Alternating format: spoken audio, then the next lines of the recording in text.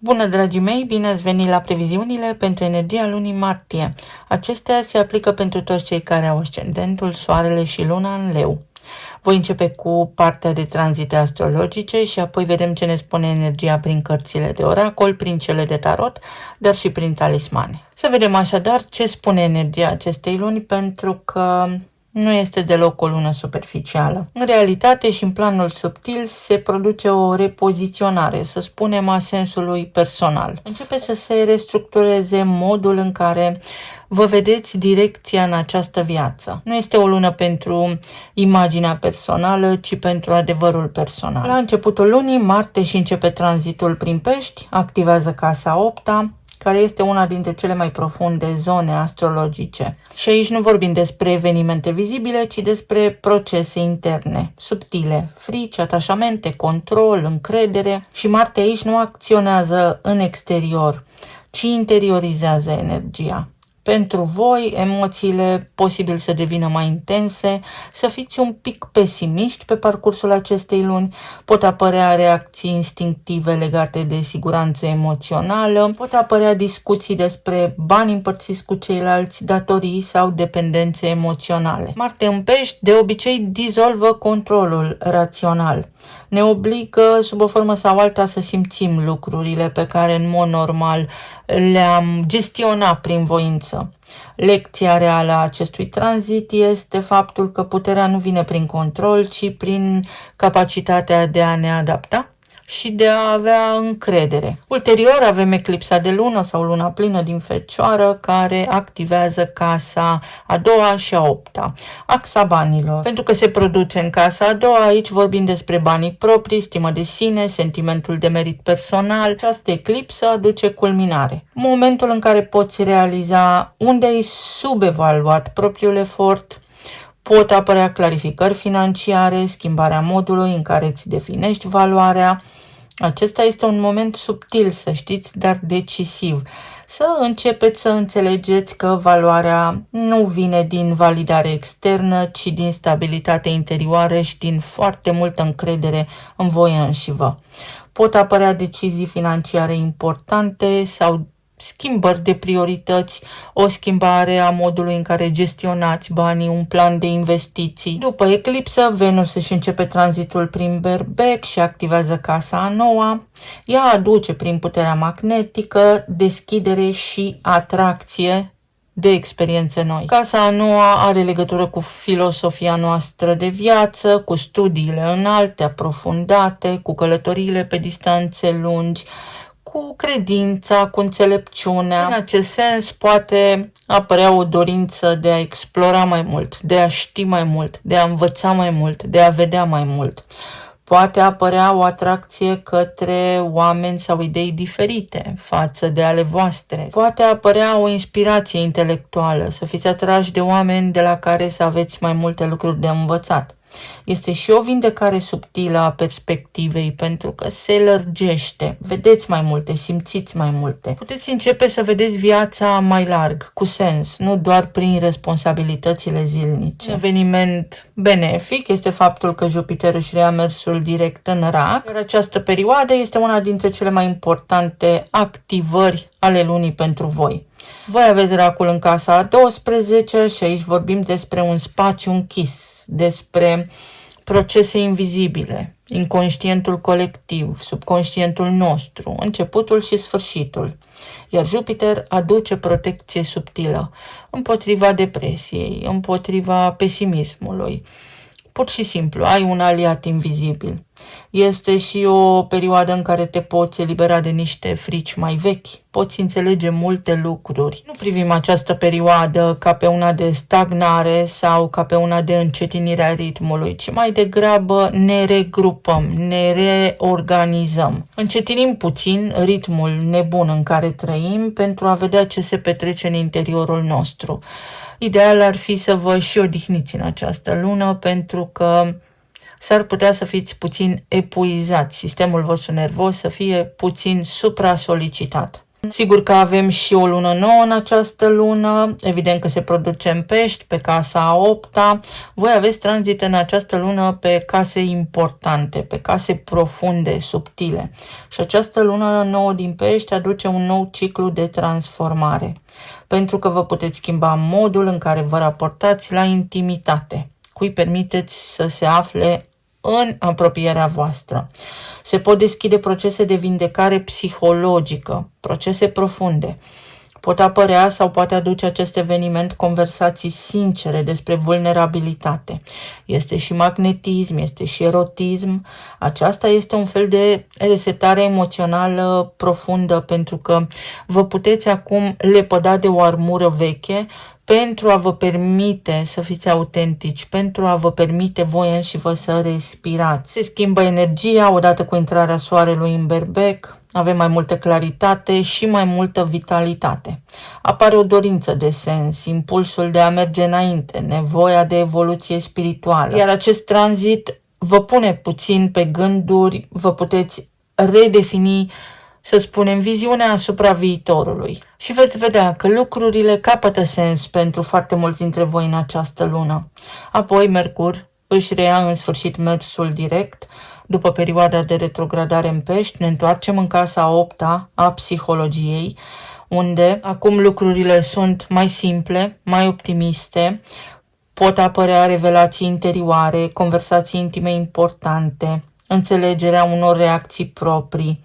Este ca și când piesele dintr-un puzzle interior se aliniază. Se pot lămuri discuții în ceea ce privește resursele împărțite cu ceilalți, taxe, impozite, datorii, pensie alimentară, moșteniri, în cazul în care vă confruntați cu așa ceva. Spre sfârșit de lună avem un eveniment frumos, un aspect care se formează între Saturn din Berbec și Pluton din Vărsător, iar asta transformă complet, ne ajută pe toți, pentru că vorbim despre responsabilitatea personală și despre schimbarea colectivă și relațională. Relațiile și direcția vieții devin mai autentice. Acum puteți alege pentru voi ce oameni doriți să aveți în preajmă. Poți da dovadă de maturitate și de responsabilitate în asumarea propriilor decizii și a propriei vieți. Și nu în ultimul rând, Venus intră în Taur, în semnul de domiciliu, iar finalul acestei luni îți aduce mai multă stabilitate în carieră, pentru că își începe tranzitul prin casa a 10-a, unde avem reputația, recunoașterea, direcția profesională, sensul tău în această viață. Și poți beneficia de apreciere, pot apărea oportunități care confirmă transformările tale interioare din ultimele săptămâni, o direcție profesională care să îți aducă și satisfacție la nivel profesional și financiar, dar și personal. Ești vizibil, ești atrăgător, este sub o formă sau alta un card în alb, un vot de încredere de care poți beneficia. Parcă lucrurile se dezmorțesc puțin. Este o lună în care poți înțelege ceva esențial, că adevărata siguranță, iată, nu vine din imagine sau din statut, ci din relația cu propria ta valoare. Dacă tu ești bine cu tine, contează mai puțin cum te văd ceilalți și ce spune gura lumii. Dar dacă contează validarea externă, atunci spre finalul acestei luni poți primi confirmări că ești bun la locul de muncă, că ești un adevărat profesionist, că oamenii se simt bine în preajma ta, te poți vindeca tu de niște traume, poți înțelege niște situații complexe cu care te-ai confruntat, te poți simți mai bine, vitalitatea îți crește, o lună bună. Nu trebuie să demonstrați nimic, cu asta să rămâneți. Să vedem ce spune energia și prin oracol. S-au întors mai multe cărți deodată. Pe semne că mesajul este important. Oh, ce interesant! Uite, Marte, care își începe tranzitul prin Pești, în casa a 8-a. Aici vorbim despre bani împărțiți cu ceilalți. Aici avem o luminare a minții, o situație care se clarifică în legătură cu cele enumerate, și Peștii, care înseamnă prosperitate, este ca și când depășiți un nivel. Treceți la următoarea etapă. Vă deblocați dintr-o situație care a fost condiționată, restrictivă, dacă au existat blocaje în legătură cu banii partenerilor de viață sau dacă v-au scăzut, să spunem așa, încasările, dacă oferiți servicii sau dacă aveți venituri pasive. lucrurile încep să se stabilizeze puțin și să vă simțiți din ce în ce mai bine, să vă simțiți mai ușurați, să știți. Voi ați avut foarte mult, să spunem așa, o perioadă cu presiune din cauza că Saturn și Neptun au fost împreună în pești pe casa 8-a. Vorbim despre banii partenerilor, vorbim despre taxe, impozite. Poate numărul de clienți a scăzut dacă ați fost antreprenori sau dacă depindeați de alții financiar. Să vedem, pe zona de relații, plan material și emoțional. Este și o lună în care puteți începe să învățați să faceți investiții, poate investiți pe bursă, poate investiți în ceva metale. Este o lună care vă poate aduce clarificări în acest sens. Se pot încheia niște procese mai vechi. Depinde de situația în care vă aflați. Pe zona de relații avem pajul de monede, 3 de bâte și 4 de bâte. Statistic vorbind, o lună foarte bună în care se concretizează multe lucruri în ceea ce privește relația, mai ales dacă sunteți căsătoriți sau aveți deja o relație. Aici vorbim despre stabilitate la nivel financiar, vorbim despre stabilitate, despre liniște în casă, ceea ce este extrem de bine pentru voi, pentru că voi aveți Scorpionul în casa a 4-a și dacă lucrurile nu funcționează bine în casa voastră, atunci nu funcționează bine nici în afara casei. Vorbim despre o hotărâre, se iau niște hotărâri importante, fie în ceea ce privește copiii, fie în ceea ce privește drumul relației voastre, etapa în care vă aflați. Poate fi vorba despre faptul că vă simțiți bine pregătiți să începeți o nouă relație în cazul în care ați fost singuri mult timp. Poate fi vorba despre o relație într-un stadiu incipient și lucrurile încep încet să capete contur, să prindeți încredere reciproc unul în celălalt. Iar pentru alții dintre voi este o decizie. Vă convingeți acum dacă așteptările voastre au fost corecte sau nu și mergeți mai departe, dar liniștiți, fără dureri de cap, fără suferință. 10 de spade. Se încheie un ciclu puternic de suferință pentru unii, se încheie o perioadă de provocări financiare, se liniștesc copiii în cazul în care au fost provocări în acest sens. Încep lucrurile să funcționeze pe zona de relații pentru voi începând cu această lună. Justiția. Vă puteți reveni după o separare. Poate fi vorba despre faptul că relația își revine, reușiți să resuscitați acolo ceva și evitați o separare sau un divorț. Poate fi vorba despre un câștig de cauză împreună, voi și partenerii voștri de viață, în cazul în care ați fost implicați în tot felul de chestiuni administrative, birocratice, poate ați avut legătură cu diverse administrații, poate ați avut vreun proces pe rol. Acum lucrurile încep să funcționeze bine și rezultatele nu întârzie să apară. Și judecata, revenirea asupra unei decizii, posibilitatea să salvați ceva. Ori vă salvați voi pe voi înși vă la nivel financiar, ori începeți niște investiții, ori vă împăcați cu cineva, ori vă puteți reveni în sensul în care nu ajungeți la separare. Vă dați seama foarte matur și voi și partenerii voștri de viață că a fost o atitudine foarte copilăroasă și acum, în această lună, uite că vă maturizați sau abordați mai înțelept, mai matur relația pe care o aveți atât voi cât și ei, partenerii voștri de viață. La nivel financiar, lucrurile încep să meargă din ce în ce mai bine. Se face cumva bilanțul și de îndată ce se produce luna plină sau eclipsa de lună din Fecioară pe casa a doua, se închid niște cicluri vechi. Începe să funcționeze treaba. Începeți să încasați bani. Vă reveniți voi ca stare de spirit, ca și chef de muncă. Vă revine cheful de a face ceva nou, proiecte noi, colaborări noi. Sau poate fi vorba despre faptul că se rezolvă în contabilitate ceva, se rezolvă financiar ceva. Mai poate fi vorba și despre faptul că la locul de muncă încep lucrurile să meargă. Dacă lucrați pe cont propriu, spre exemplu, este o creștere a veniturilor.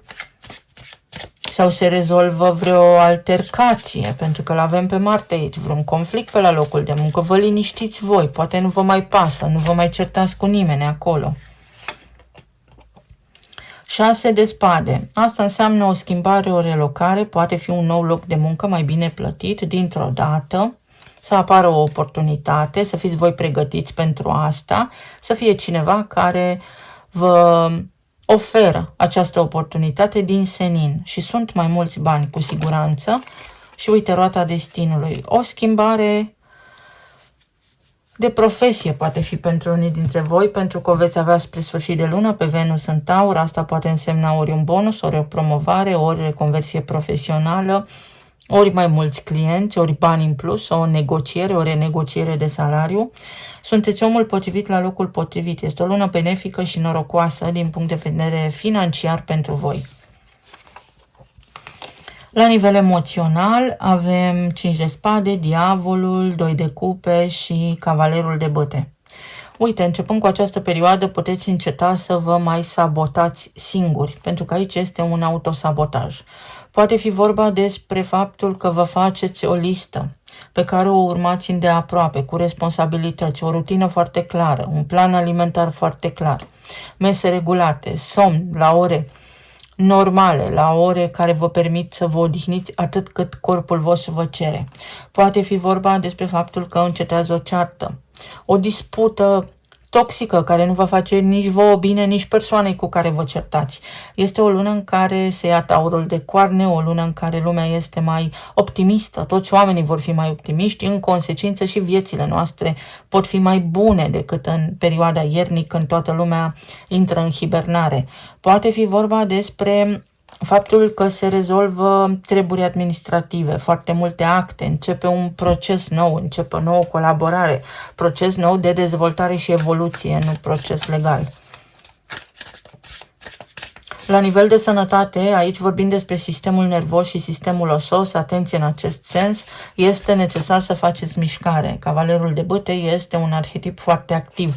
Aveți nevoie de mișcare, să mișcați puțin corpul, să întăriți puțin mușchii, pentru că pe măsură ce înaintăm în vârstă, pierde masă musculară. Pentru a vă simți mai bine, aveți nevoie de masă musculară. Acolo, câte puțin în fiecare zi, se simte. În alta preoteasă, este o revelație. Aici este și sistemul limfatic. Mișcați-vă corpul pentru detoxifiere. Și faetonul, progres. Să simțiți lumea din jurul vostru intuitiv, să vă mișcați intuitiv, pentru că există o tendință de a dori să controlați lucrurile, iar asta vă duce pe voi la epuizare. Este un tipar de operare, un mod de operare toxic. Să încercați să faceți toate lucrurile voi singuri, să încercați să controlați lucrurile. Este toxic pentru voi și pentru corpul vostru, pentru sistemul vostru nervos. Mișcați-vă în tăcere, mișcați-vă fluid, adaptați-vă și veți vedea că puteți beneficia de succes, de iubire. Uite, foarte multe lucruri care au legătură cu sufletul vostru. Sufletul vostru vă cheamă către bucuria vieții. Ascultați-l, să vedem ce ne spun și talismanele.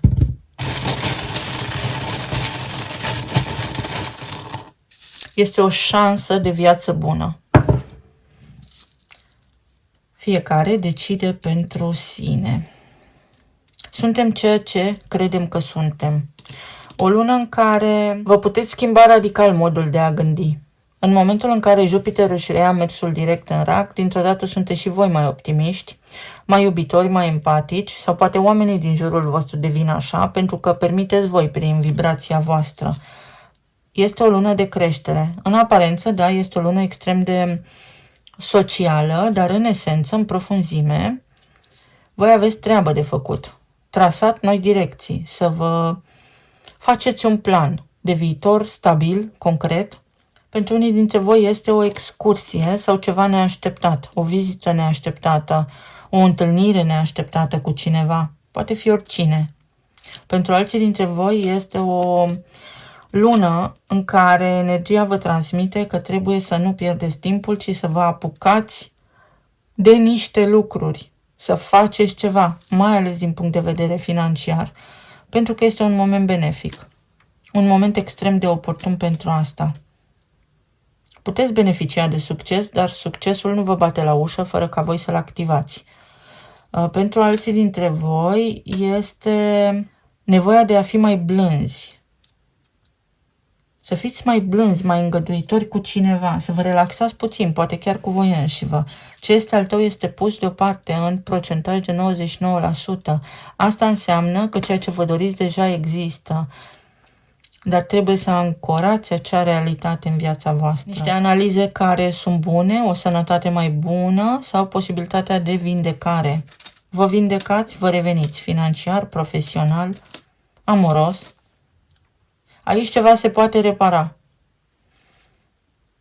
Dar în urma unei decizii. Voi trebuie să luați o decizie. Avem o decizie, avem un Y. Asta înseamnă un drum care se desparte. Este o lună de răscruce, să știți, pentru voi. O lună decisivă pentru viitorul vostru, pentru direcția voastră profesională. S-ar putea să fie nevoie să renunțați la anumite lucruri pentru a începe o nouă direcție. Spre sfârșitul lunii veți vedea că lucrurile se aliniază puțin și este și o confirmare că da, ceea ce simțiți voi, dacă ceva nu mai merge sau vă este foarte greu să faceți ceva anume, acela este răspunsul. Și o sincronicitate. Veți avea protecție cu Jupiter în casa a 12 în această perioadă pentru ca lucrurile să fie mai ușoare. Eu vă mulțumesc foarte mult, vă doresc să aveți o lună minunată, să fiți bine, sănătoși și iubiți și să ne auzim cu bine și data viitoare. Pa, pa!